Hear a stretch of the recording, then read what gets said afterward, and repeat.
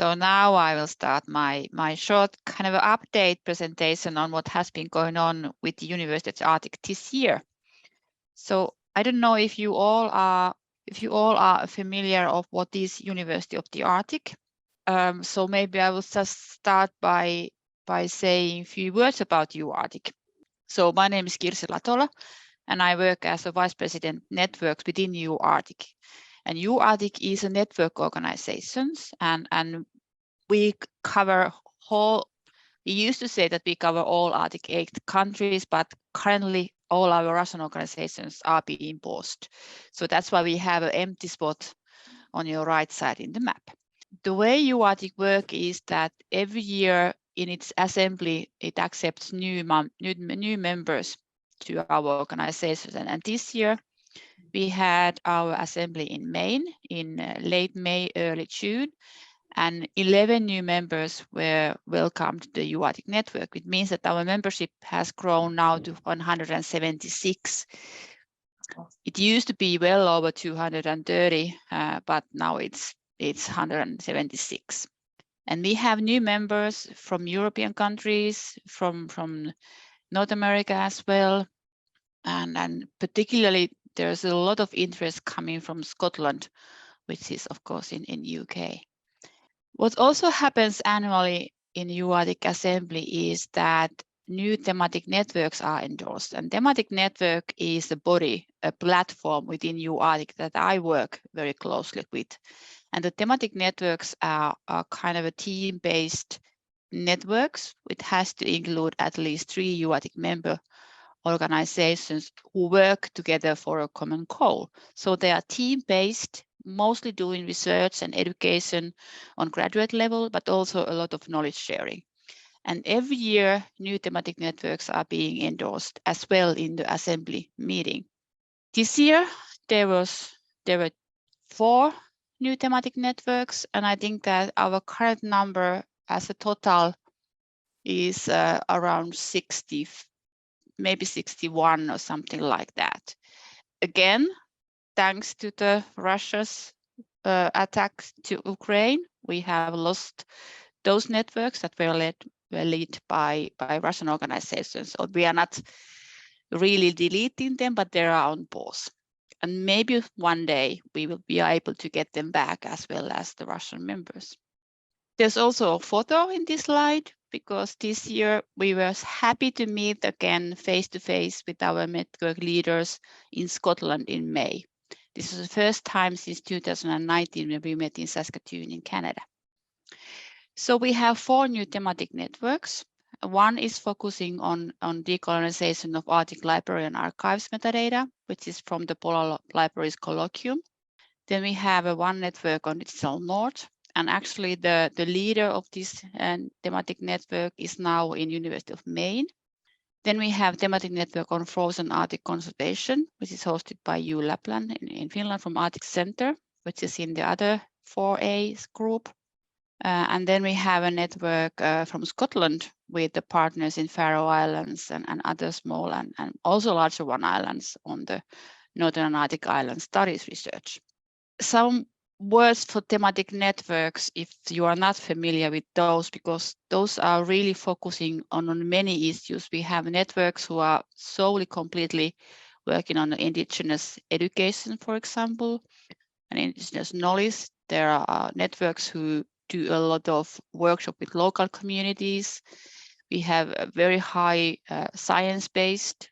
We have network on permafrost, on herbivory, which are really kind of a science-based. We have a lot of humanities, we have law, we have even music, arts and design. So they come in so many sizes, with so many different calls, the diversity, openness and inclusiveness, which are our key things in UArctic, are very much within our thematic networks. Then this year we have introduced a completely new body, which is UArctic chairs. These are the new UArctic kind of research chairs. They all have a chairship on a specific theme, a topic that they have chosen themselves. We had an open call, and each of these chairs is supported by their host organizations. And they work a little bit like a thematic network leader in that sense that they work mostly on research, but they have also completely different topics and teams that they work on. And they're also functioning as a kind of academic advisory body within UArctic, so that when we have open calls of funding, for example, we do have a national funding schemes for projects in Denmark, in Norway, now also in Canada and coming up in Scotland. So the chair is also a body who's evaluating quite a lot of those proposals. Then I wanted to highlight just one of the products that was conducted this year. The thematic networks was started in 2005 as a completely new program, and I started to work with UArctic and that at that time. So it has been quite some time now, and the number of networks have risen from the initial 4 up to the 60 plus what is currently.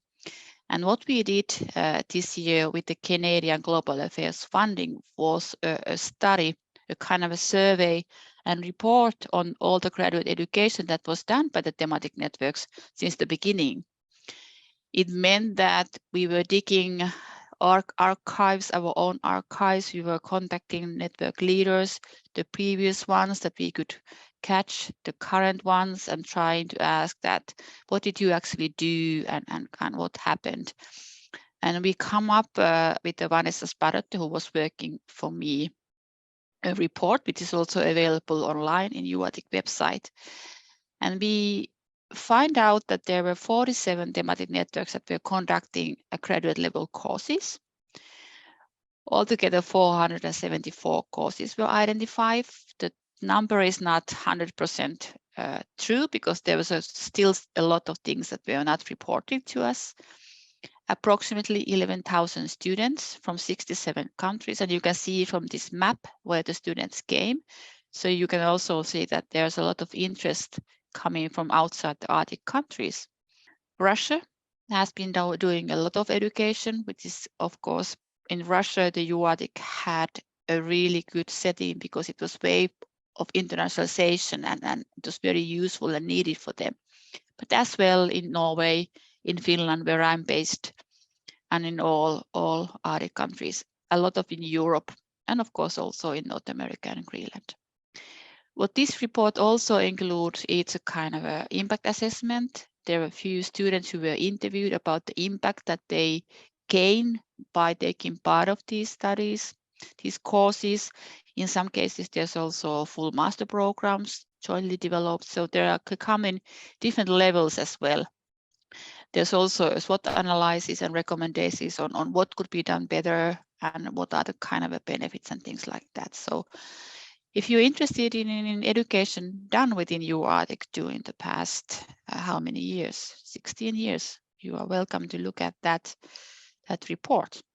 Then other new thing, which was actually already introduced last year, but continued this year, is the Arctic Academic Action Award, which is a joint award with the Arctic Circle and University of Arctic. And it's funded by Fredrik Paulsen, who's a philanthropist, a billionaire from Europe. And there's an award that it's also, again, an open call for the award. And it is about promoting and raising awareness on climate change. So all these awarded two winners so far are working on the climate change. The first one was Trevor Bell with Smart Ice, and this year the award was won by the Pema Meteor Community Project, which is done by Hanne Christensen, who is also one of the UArctic chairs, if you mark the name. And they are doing a project in Svalbard. The Trevor Bell is Canadian, and his project is about working with the communities and indigenous communities about detecting the ice thickness and so on. The prize is 100,000 euros, and it will be again opened next year, so you can nominate good candidates if you want one. And the last point is save the date for the next Arctic Congress, which is actually now a joint Congress. So you might remember if you are familiar with UArctic, that we have held UArctic congresses since 2016, every second year in a country with host Arctic Council chairmanship. So in 2016, we did the first Congress. We did that in Russia because that was the first one. And then we decided that it will be held as an official event during the Arctic Council chairmanship. So we did that in Finland 2018. We did that in Iceland 2020, in the end as an online, thanks to COVID. And we were supposed to be in Moscow in early October this year, but obviously we are not. And then 2024, we will be in Norway. And as it happens, ICAS will also happen in Norway at 2024. And then there's also High Note Dialogue that is held annually in Bodø. So Bodø is hosting now all three congresses, the ICAS Congress, the UArctic Congress, and High Note Dialogue. And together we form the Arctic Congress. And the dates will be May 29 to June 2nd. And at that time, Bodø is also a European cultural capital, which is a big thing in Europe. So it will be a completely integrated Congress when it comes to the science sessions. We are really integrating everything. But then in addition, ICAS board, and there will be ICAS meeting, and UArctic Assembly will be meeting. So we are packing our organizational meetings at that Congress as well, in addition to science. So I think that I'm now have spent all my time, and thank you for your interest.